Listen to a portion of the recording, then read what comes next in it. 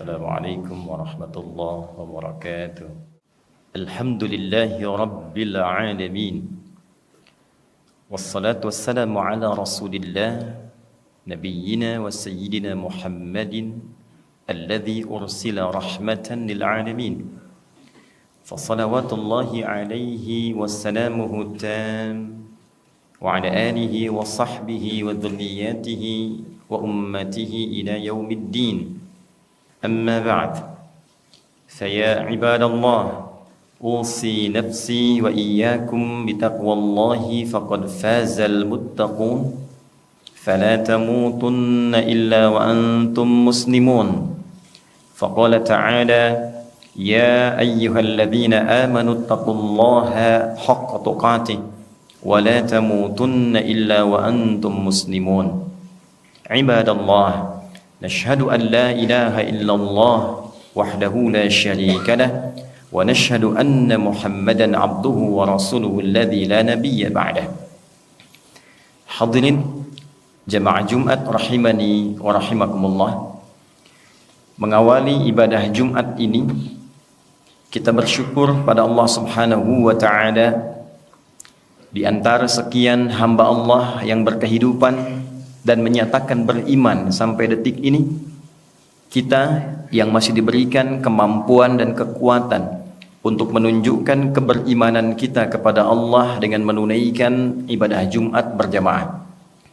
Demikianlah panggilan Jumat dibuka dalam Al-Quran dengan kata iman, bahkan disebutkan dengan penamaan surahnya surah Al-Jumu'ah, surah ke-62 di ayat yang ke-9. Ya ayyuhalladzina amanu idza nudiya lis-salati min yaumil jumu'ati fas'au ila dzikrillah. Hai seluruh yang telah menyatakan dirinya beriman kepada Allah, apapun statusnya, bagaimanapun keadaan dan pekerjaannya, selama ia merasa memiliki iman dalam dirinya, maka di antara pembuktian iman itu idza nudiya lis-salati min yaumil jumu'ati, bila ada panggilan sudah terdengar untuk menunaikan ibadah Jumat, fas'au ila dzikrillah, maka dengan iman itulah ia respon panggilan Jumat dan bergegas menunaikannya untuk mengingat Allah Subhanahu wa taala. Alhamdulillah, di antara sekian orang yang menyatakan beriman, kita diberikan kekuatan untuk membuktikan keberimanan kita untuk memenuhi panggilan Jumat di hari ke-21 bulan Dzulhijjah 1445 Hijrah ini. Semoga Jumat kali ini dijadikan oleh Allah Subhanahu wa taala sebagai rangkaian Jumat terbaik dari sekian Jumat yang pernah kita tunaikan. Hadirin, terdapat satu hadis yang didokumentasikan oleh Imam Muslim bin Hajjaj dalam kitabnya Sahih Muslim nomor hadis 2664,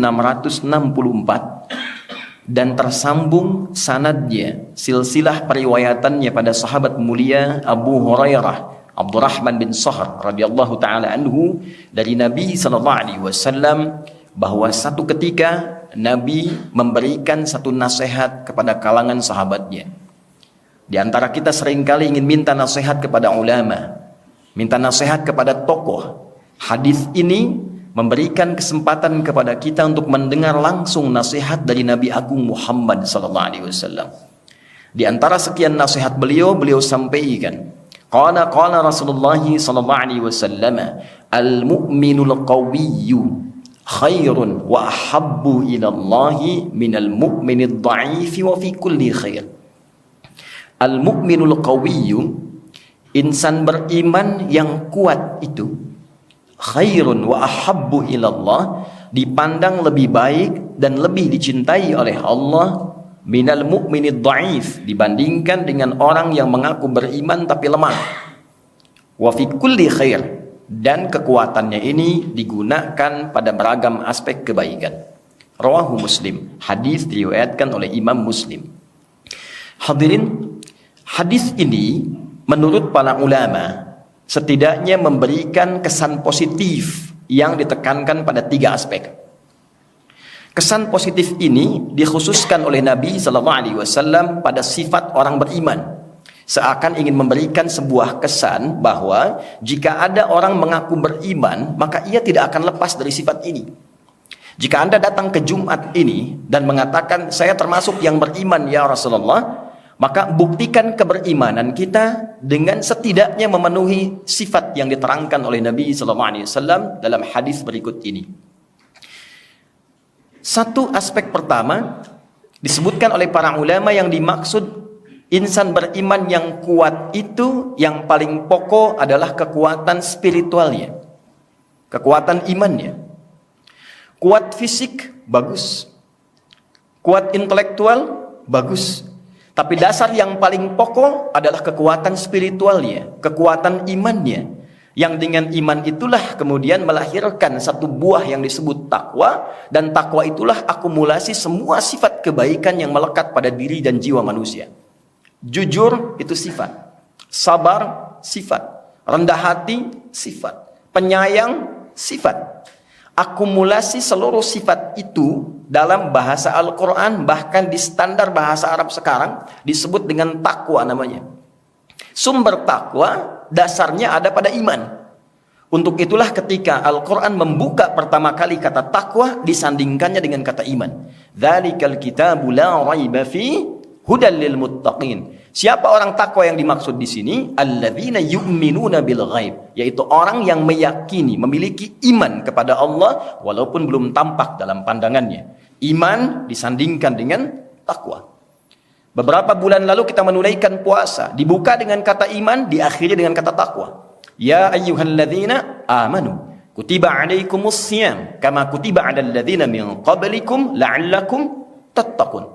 Seorang pemilik iman secara otomatis kata Al-Quran seharusnya memiliki akumulasi takwa. Jika memiliki takwa, maka secara otomatis terhimpun pada dirinya semua bekal-bekal sifat kebaikan. Orang takwa itu pasti jujur. Orang takwa itu pasti rendah hati.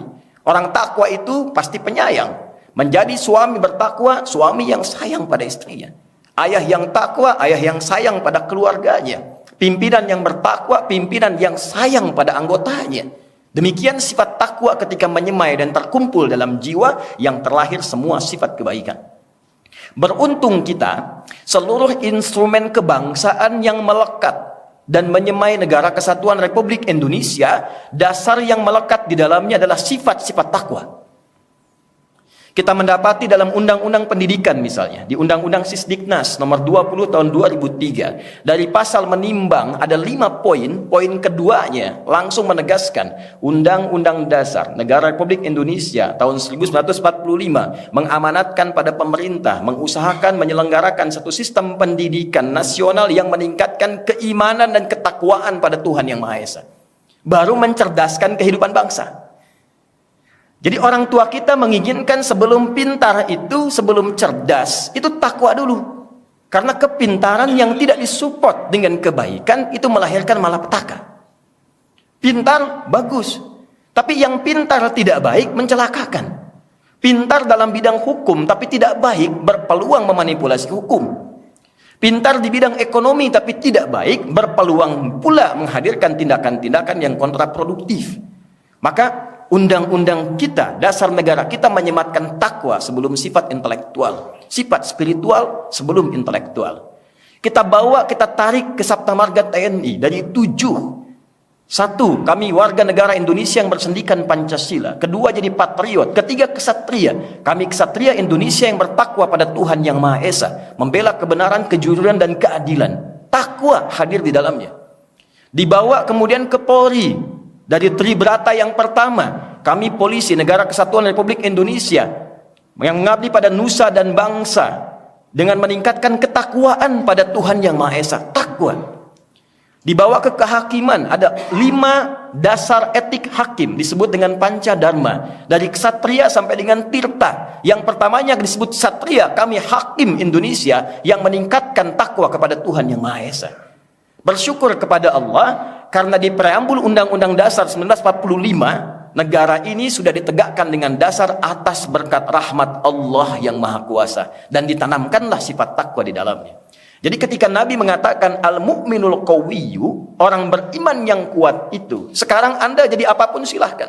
Jadi pemimpin, bagus. Jadi birokrat, bagus. Jadi hartawan, bagus. Jadi insinyur, istimewa.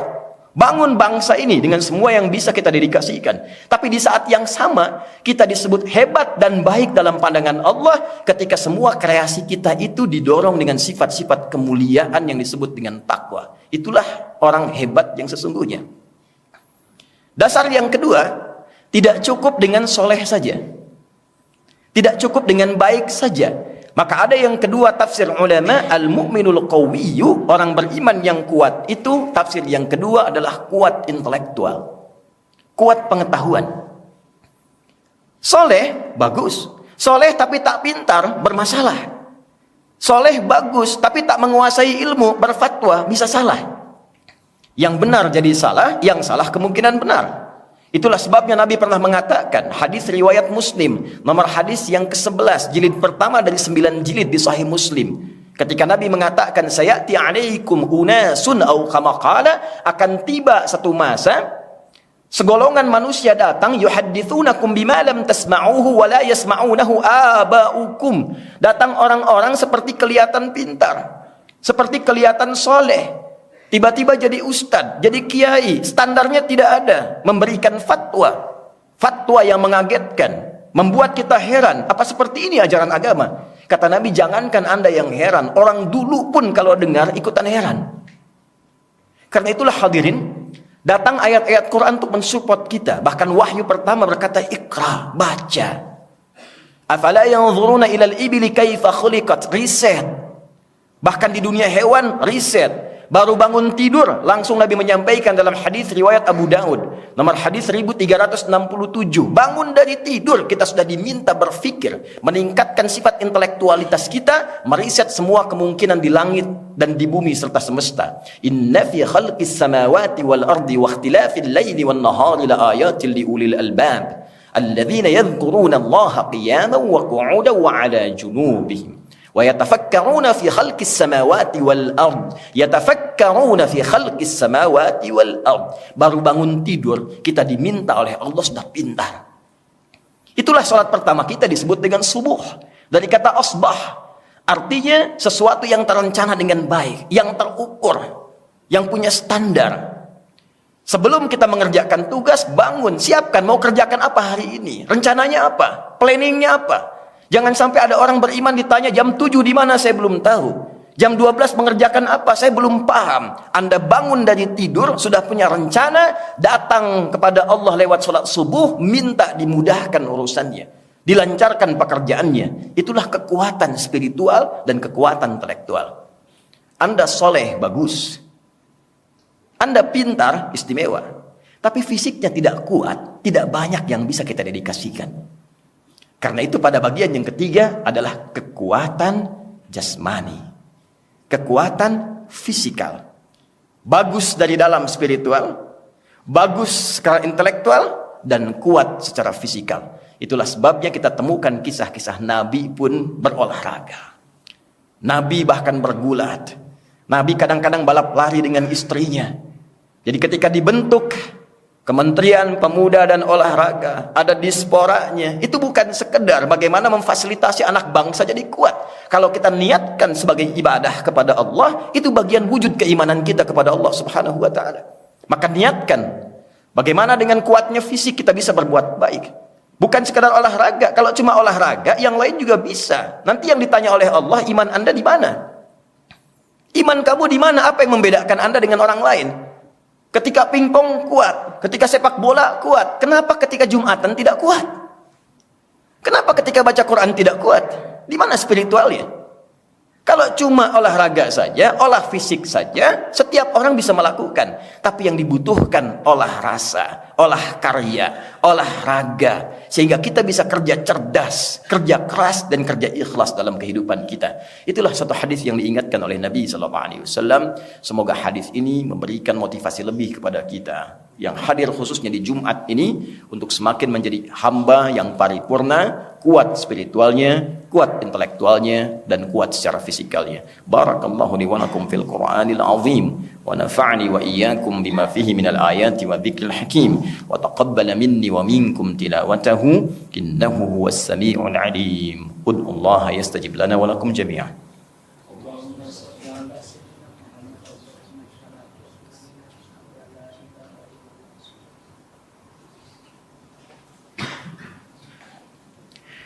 Alhamdulillah, wassalatu wassalamu ala rasulillah wa ala alihi wa sahbihi wa mawala. Amma ba'd, faya ibadallah, usi nafsi wa iyyakum bitaqwallahi faqad fazal muttaqun. Fala tamutunna illa wa antum muslimun. Nashhadu an la ilaha illallah wahdahu la syarika lah, wa nashhadu anna Muhammadan abduhu wa rasuluhu alladzi la nabiyya ba'dah. Faqala ta'ala: Inna Allah wa malaikatahu yusalluna 'alan nabi ya ayyuhalladzina amanu sallu 'alaihi wa sallimu taslima. Hadirin, untuk menutup khutbah ini, mari kita bersama menyempurnakan dengan berdoa kepada Allah Subhanahu wa taala dengan hati yang khusyuk, jiwa yang lapang. Semoga doa kita dikabulkan oleh Allah dan menjadikan setidaknya kita mampu memahami dan mengamalkan materi Jumat yang kita dapatkan di hari ini. Jumat bukan Anda datang, duduk, mengantuk, kadang tertidur, lantas sholat 2 rakaat dan pulang. Bukan. Jumat duduk, kenali siapa yang duduk, bangun sinergi di antara yang duduk, dan bawa solusi dari pencerahan yang didapatkan saat kita duduk. Untuk itu mari kita bermohon pada Allah, semoga doa ini dikabulkan oleh Allah Subhanahu wa taala. Allahumma nahmaduka hamdan syakirin, hamdan da'imin, hamdan yuwafi ni'amahu wa yukafi'u mazidah. Ya Rabbana lakal hamdu wa lakal syukru kama yanbaghi li jalali wajhikal karim wa li'azimi sultanik. Allahumma salli wa sallim wa barik ala habibikal karim rasulikal mustafa al-amin sayyidina wa sayyidina Muhammadin wa ala alihi wa sahbihi ajma'in. Rabbana inna nas'aluka bi asma'ikal husna wa sifatikal ula. Ya Allah, kami bermohon kepadamu dengan segenap kemuliaan dan keutamaan yang melekat pada nama-namamu yang mulia. Ya Al-Ghafirul Ghaffarul Ghafurur Rahim, la tada' lana fi maqamina hadha dhanban illa ghafartah. Ya Allah yang Maha Pengampun seluruh jenis dosa, mohon jangan biarkan setiap hamba yang berada di Jumat ini yang datang dengan dosa, kecuali Engkau gugurkan seluruh dosa-dosanya.